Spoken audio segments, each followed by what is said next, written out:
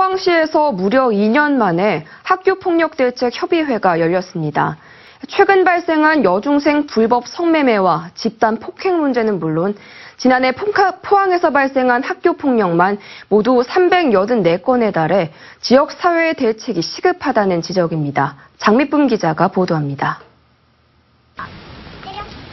또래 여중생들로부터 불법 성매매를 강요당한 뒤 경찰에 신고하자 집단 폭행을 당한 여중생.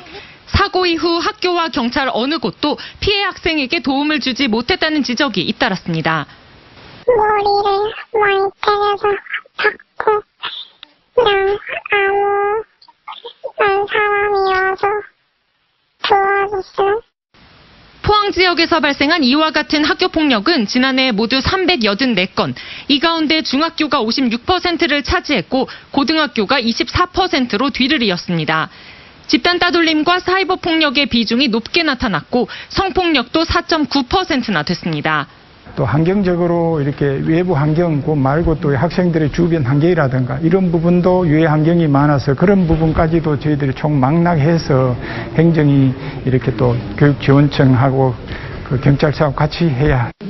포항시는 뒤늦게 경찰, 교육지원청 등과 학교폭력 대책 지역 협의회를 열었지만 한 발 늦었다는 지적이 나옵니다. 2019년 7월 포항시 학교폭력 예방 조례 시행 이후 단 한 차례 회의를 제외하면 지금까지 한 번도 회의가 열리지 않았습니다. 포항시 학교폭력 예방 조례에 따르면 협의회는 매년 학교폭력 대책을 세우고 실태조사와 피해 학생 지원 등을 담당하도록 돼 있지만 제 역할을 하지 못했던 겁니다. 또 대책 대부분이 캠페인성이거나 단발적인 교육 등에 편중돼 있어 실제 학교 현장의 눈높이와는 맞지 않는다는 지적도 나옵니다. 교육당국도 교사들을 대상으로 연수를 실시하는 등 조치를 취했지만 학교폭력을 근본적으로 막기에는 역부족이라는 지적입니다.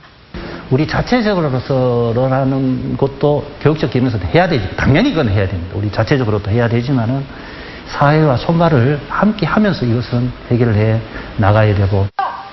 시민단체는 학교폭력 대책이 실질적인 효과를 내기 위해서는 시민단체가 참여하는 협의체를 구성해 지역사회가 보다 적극적으로 개입해야 한다고 밝혔습니다. 경찰이나 그리고 교육청이나 그리고 또 지역의 어른들, 주민들 그리고 시민단체들이 각자 어떤 목소리를 내고 어떻게 이제 제대로 된 해결을 해야 될까를 갖다가 자기 역할을 제대로 하는 게 맞습니다.